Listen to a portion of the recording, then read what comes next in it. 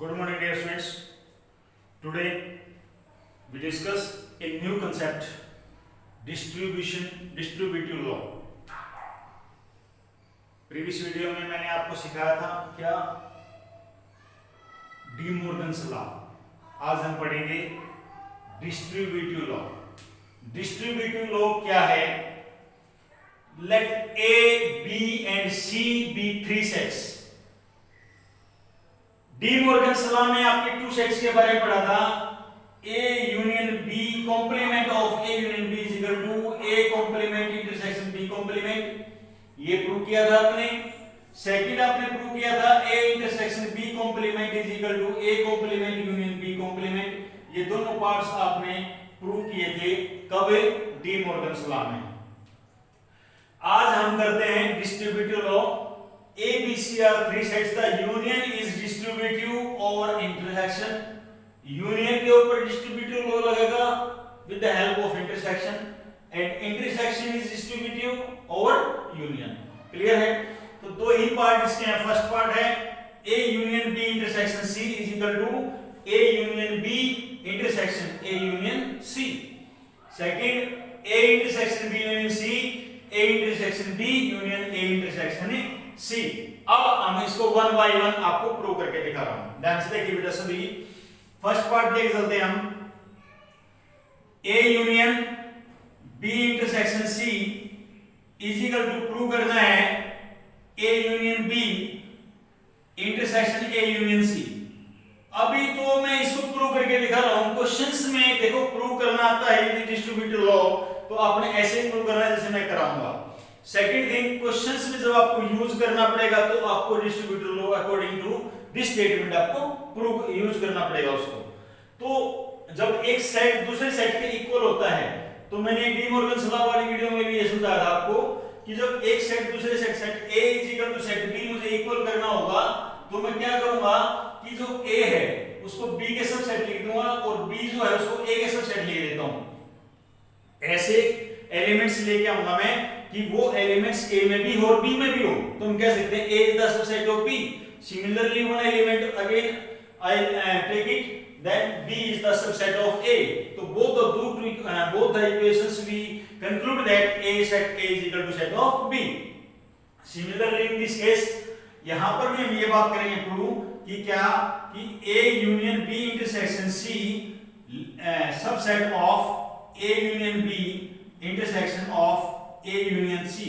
यदि हमने इसको फर्स्ट लेवल इसको इसके सबसेट प्रूव कर देंगे, फिर ये इसका सबसेट होना चाहिए, वो दोनों इक्वल हो जाते हैं. तो from first and second equation we conclude that both are the equal. चलिए स्टूडेंट्स, चलिए चेक करते हैं, स्टार्ट करते हैं. अब मैं इसको सबसेट करके दिखाता हूं. तो सबसेट करने के लिए लेट स्टूडेंट्स एक x एलिमेंट ले लिया. x एलिमेंट ले लिया which is belongs to A union B intersection C.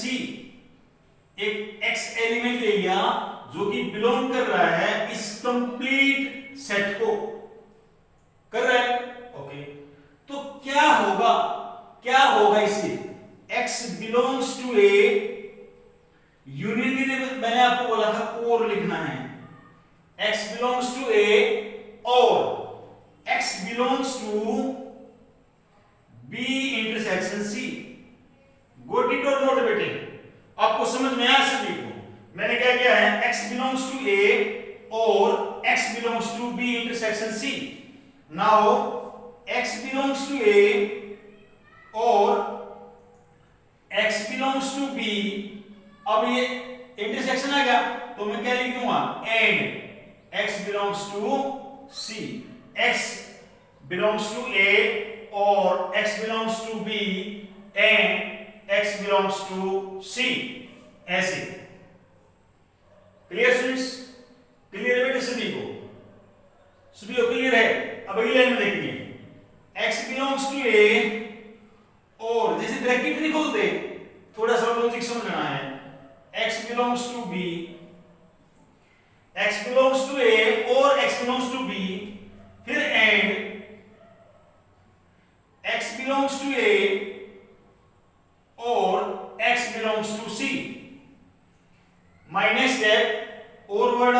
x belong करेगा A यूनियन B को,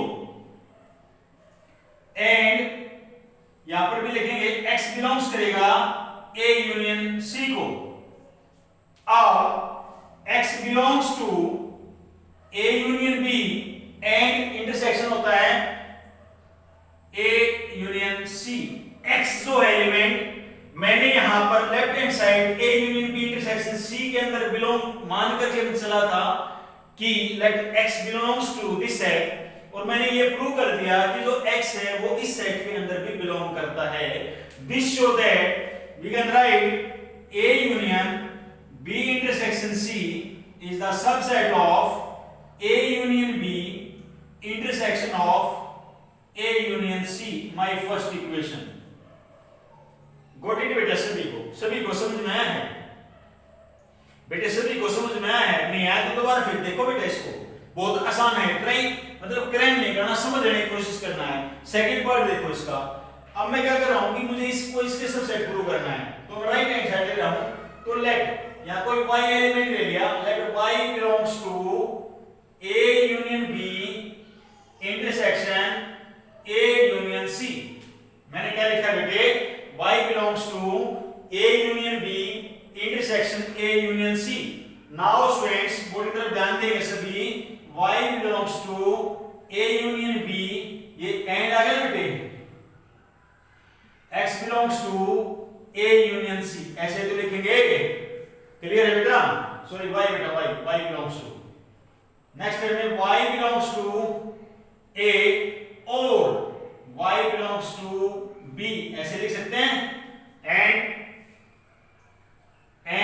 y बिलोंग्स टू A और y बिलोंग्स टू C। अब एंड एक ऐसा conjunction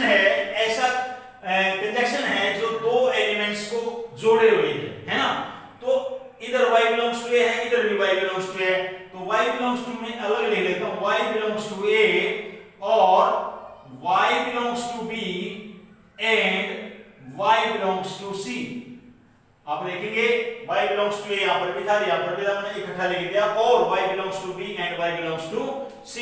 my next step, y belongs to A और we can write y belongs to B intersection C, B intersection C, y किसको belong कर रहा है? B intersection C को, एंड इंटरसेक्शन आ गया। अब देखेंगे y A को बिलोंग कर रहा है, y इसको बिलोंग कर रहा है और बीच में और है, तो लिख सकते हैं क्या? y belongs to A union B intersection C, लिख सकते हैं। तो अभी देखो ध्यान से, मैंने इस सेट में इसको y से बिलोंग करके चला था, मान के चला था, कंसीडर करके चला था, लेफ्ट करके चला था, तो मैंने इस y को ना इस दूसरे वाले लेफ्ट साइड वाले में शामिल करके दिखा दिया, प्रूव करके दिखा दिया। तो this show that we can say what A union B intersection A union C is the subset of A union B intersection C। तो ये इसका सबसेट होगा फ्रॉम सेकंड इक्वेशन। तो आप ध्यान से देखें, from first and second A union B intersection C is the subset of this, और A union B intersection A union C is the subset of this. तो at last we can say from first and second equation we can write A union B intersection C is equal to A union B intersection A union C। इसको कहते हैं distributive law. क्या बोलते हैं इसको? Distributive law. Understood और not? Clear है सभी को? सेम सेकंड है, यहां पर ऐसे याद करने का मेथड है, का तरीका है, A union B intersection C को ऐसे लिख सकते हैं, A union B intersection A union C, और इसको ऐसे लिख सकते हैं। ये नहीं कि सिर्फ A union B intersection C को ही हम ऐसे लिख सकते हैं, ऐसी सिचुएशन आएगी तो हम डायरेक्ट इसको ऐसे भी लिख सकते हैं, ये बात आपको समझनी पड़ेगी। Similarly A intersection B union C is equal to A intersection B union A intersection C। ये भी मैं सेकंड पार्ट करके दिखा रहा हूं, pause the video and note down this.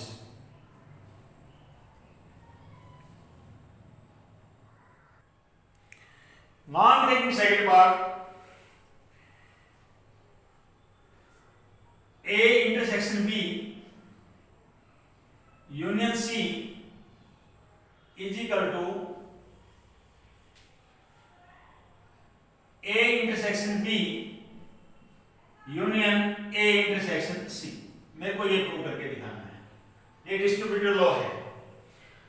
तो वही चीज जो मैंने फर्स्ट पार्ट में की थी, इसको इसका सबसेट बना दो, इसको इसका सबसेट बना दो, तो from first and second equation से इक्वल हो जाएगा। Let students x be the element of which is belongs to A intersection B union C। एक x एलिमेंट है जो इस सेट को बिलोंग कर रहा है। तो मैं एक्सप्लेन करता हूं यहां पर, x belongs to A intersection आएगा तो मैं क्या लिखूंगा, and x belongs to B union C, x belongs to B union C। Got it or not? चलिए नेक्स्ट देखिए ध्यान से, x belongs to A and we can write this form x belongs to B or x belongs to C। Union है और लगा दिया, x belongs to A and x belongs to B, ऐसा भी तो लिख सकते हैं, और x belongs to A and x belongs to C। भाई x belongs to A है, एंड है इस पूरी ब्रैकेट्स के लिए, तो मैं क्या लिख रहा हूं, x belongs to A and x belongs to B और x belongs to A and x belongs to C। We can write next step x belongs to A intersection B and आ गया बेटा यहां पर, और x belongs to A intersection C। Now x A intersection B को belong कर रहा है या x A intersection B C को बिलोंग कर रहा है, तो this implies that x belongs to A intersection B और किस है यूनियन A इंटरसेक्शन C। अभी आपने देखा कि मैंने x इसके अंदर बिलोंग करके x इसके अंदर दिखा दिया। भाई मैंने x को, एक x एलिमेंट है जो इस सेट के अंदर लेफ्ट हैंड साइड के अंदर मैंने बिलोंग लिखा है, एज्यूम किया है, मैंने लेफ्ट किया है, कंसीडर किया है। तो ऐसा करने से बाद मैंने अपने प्रोसेस द्वारा, अपने सिंपलीफिकेशन के द्वारा वही एलिमेंट इस सेट के अंदर दिखा दिया। चेक कर लो ना भाई, उसके अंदर बिलोंग कर रहा है नहीं कर रहा, तो it means A intersection B union C is the subset of A intersection B union A intersection C। वो बिलोंग करेगा, वो सेट सबसेट होगा, क्या होगा वो सबसेट फ्रॉम फर्स्ट इक्वेशन। अब बताओ आपको ये पॉइंट सारा क्लियर है नहीं, अच्छी तरह से दोबारा फिर देख ले भाई, अरे नहीं यार तो दोबारा फिर देख ले, मैं दोबारा फिर एक्सप्लेन कर रहा हूं। Let x small x be the elements which is belongs to A intersection B union C। तो x belongs to A intersection मतलब and x belongs to B union C, x belongs to A and x belongs to B or x belongs to C। We can write x belongs to A and x belongs to B or x belongs to A and x belongs to C। This so that and word आ गया, यहाँ पर मैंने intersection लगा दिया, और यहाँ पर भी एंड है, यहाँ पर मैंने इंटरसेक्शन लगा दिया।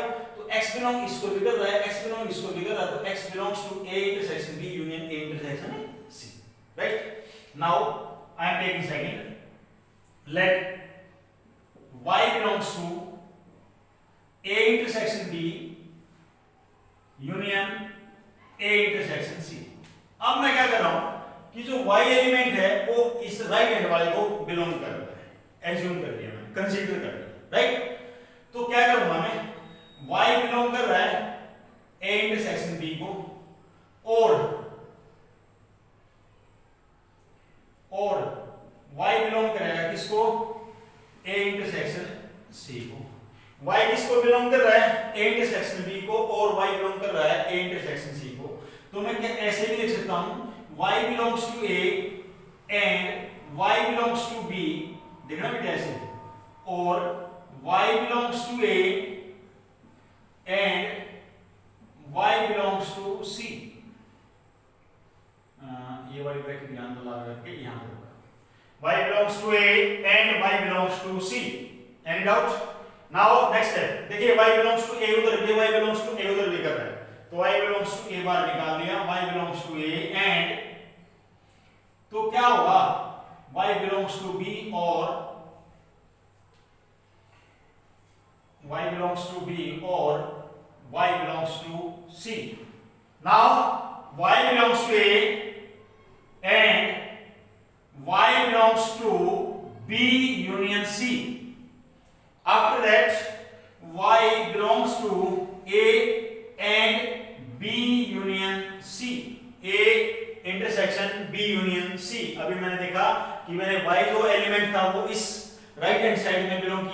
एज्यूम करके और मैंने इसको प्रूव कर दिया लेफ्ट हैंड वाले में। तो इसका मीनिंग क्या हुआ कि जो A intersection B union A intersection C है वो सबसेट है किसका? A intersection B union C का। It is the second equation from first and second.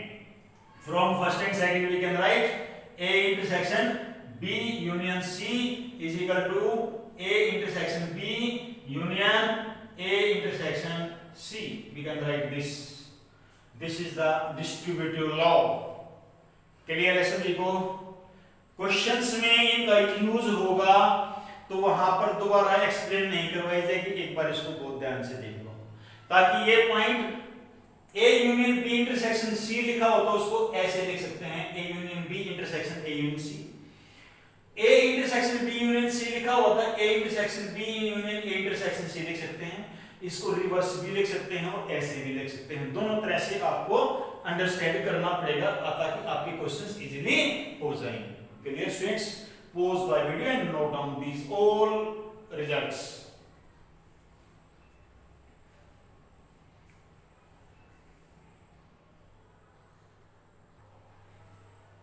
Now students, I am taking question number 3rd, your miscellaneous exercise.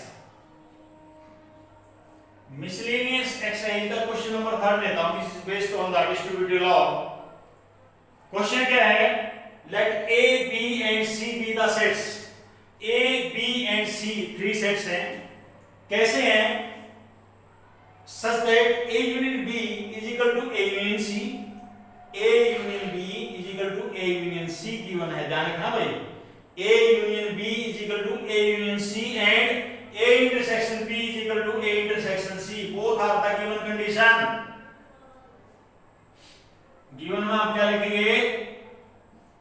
A जो set है B A union B is equal to A union C given है and A intersection B is equal to A intersection C given है और आपको prove करना है B is equal to C। देखो ना भाई क्या प्रूव करना है? B is equal to C। Okay देखिए भाई ध्यान से लेके चल रहा हूं मैं इसको A union B is equal to A union C मैंने ले लिया। अब मैं इसको एक बार B के साथ इंटरसेक्शन दे दूंगा, एक बार C के साथ दे दूंगा। देखिए ध्यान से A यूनियन B मैंने यहां पर इंटरसेक्शन पर लगा दिया C। A union C intersection C। Now distributive property is there. ध्यान से देखिए भाई उसमें आगे लिखा हुआ ना, कोई बात नहीं करना उसी मेथड से है। A intersection C union B intersection C। Similarly यहां पर भी वही चीज चलेगी। A intersection C union C intersection C. Now A intersection C is equal to A intersection B given है, तो मैं इस given का मैं फायदा उठा रहा हूँ। A intersection C जहाँ लिख रहा हूँ A intersection B belong union B intersection C। थोड़ा ध्यान दें यहाँ पर ये क्या लिखा हुआ है? A intersection C union A intersection C union C intersection C। भाई C इंटरसेक्शन C क्या होगा बता सकते हैं? C इंटरसेक्शन C क्या होगा? सोचिए A इंटरसेक्शन C जो आएगा उसमें यूनियन करना है C इंटरसेक्शन C। आप सोच के मुझे बताएं क्या आएगा? क्लियर भाई? A union C intersection C। भाई ये क्या है? A इंटरसेक्शन C, ये C सेट हो गया, उनका यूनियन भी तो क्या आएगा? C सेट तो आएगा। C के अंदर तो सारे एलिमेंट हुए, तो A intersection B union B intersection C is equal to C, which my equation is first. Now again लेके चल रहा हूं मैं दोबारा। A union B is equal to A union C। अब मैं दोनों तरफ B को इंटरसेक्शन कर रहा हूं।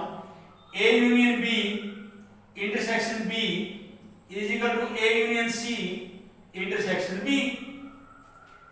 तो इसको सोल्व करेंगे तो B आएगा, इसको सोल्व करना तो क्या आएगा? A intersection B union B intersection C।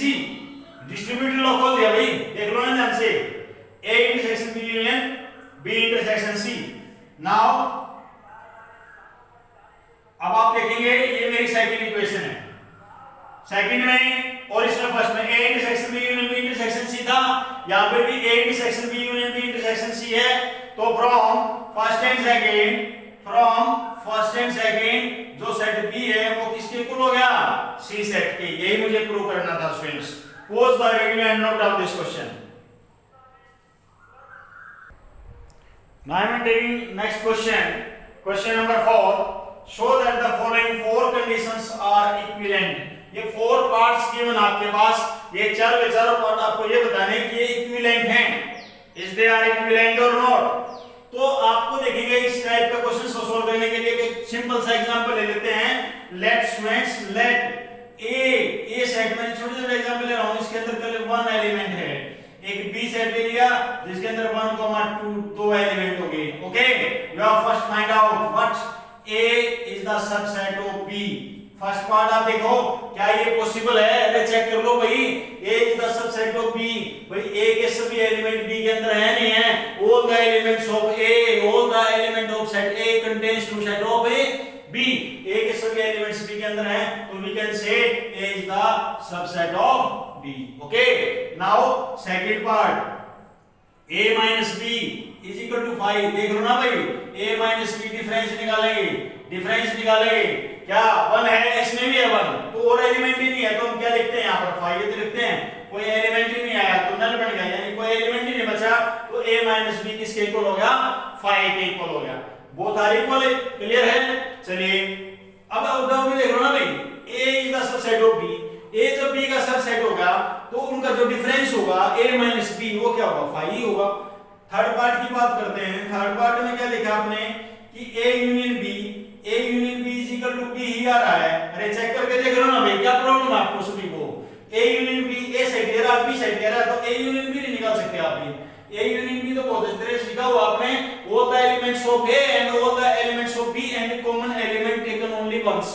तो क्या देखना है इनमें, तो 1 कॉमन एक है, एक बार लिखना है, और बाकी 2 बच गया, 2 लिख दिया। तो क्या A यूनियन B मेरा किसके इक्वल आया, 1 2 या 1 2 देखो ना किसके एलिमेंट है, सेट B के, तो we can write A union B is equal to set of B भी हम इसको लिख सकते हैं। क्लियर है, क्लियर है बच्चों, क्लियर है बेटे।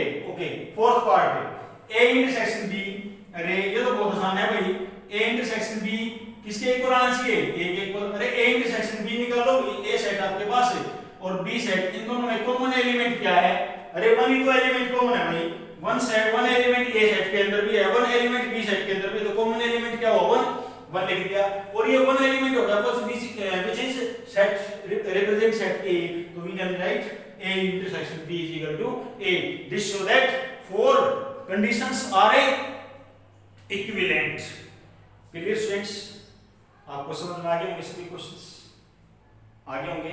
तो मिसलेनियस एक्सरसाइज के क्वेश्चन 1 टू क्वेश्चन 4 आपने अपनी फेयर नोटबुक में करने हैं और डिस्ट्रीब्यूटिव लॉ आपने अपनी फेयर नोटबुक में लिखना है। ठीक है, clear, clear to all. Okay, thank you.